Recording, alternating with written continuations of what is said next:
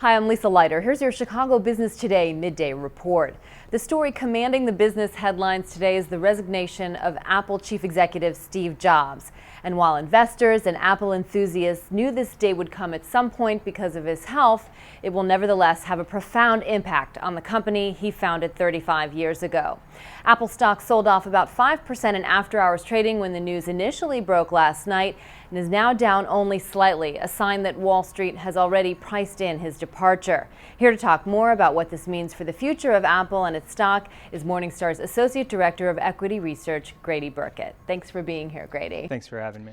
So investors, seem to be calm for now given where the stock is trading. But when it comes to Apple and its management, what can we expect in the short term? We think over the next 12 to 18 months, the product roadmaps and plans are in place and locked in, and Tim Cook is going to step into the CEO role, and he was Apple's CEO for 13 years. So we think he is a very capable manager, and we think he'll execute well on the strategies that are already in place. I mean, he has been taking over the operations when Steve Jobs has had his medical leaves, but he's not the visionary that Jobs is considered. What do we know about him and his ability to keep up Apple's momentum going forward? Well, so Tim Cook has stepped into the CEO role 3 times over the past few years. So in 2004, 2009, and then January 2011. And so again, he's regarded as a very capable, very effective operator. And in the near term, I wouldn't expect this to change Apple's momentum within the industry. Over the long term, Apple obviously has to manage a number of different ecosystems, service providers, application developers, content providers. And so we'll see how that plays out, but that's a 2-3 year story. Absolutely. And what about his greatest challenge? Will likely be holding on to key talent, right?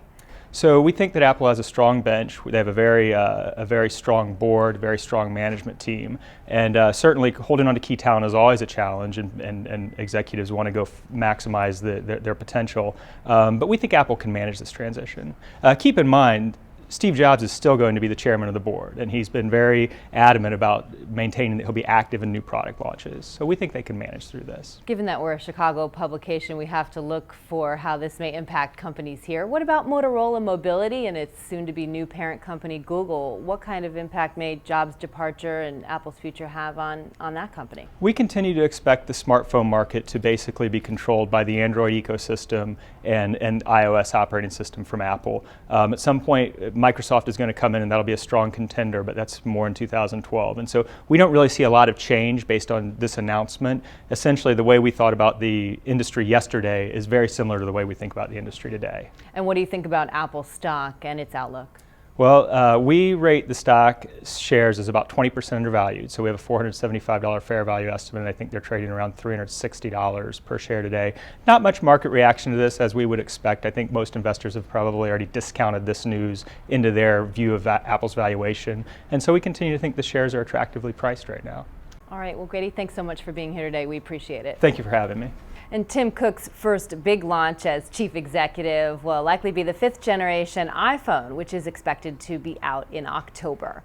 Well, that's this edition of Chicago Business Today. Be sure to stick with chicagobusiness.com for all of your local business headlines. Thanks for watching. We'll see you tomorrow.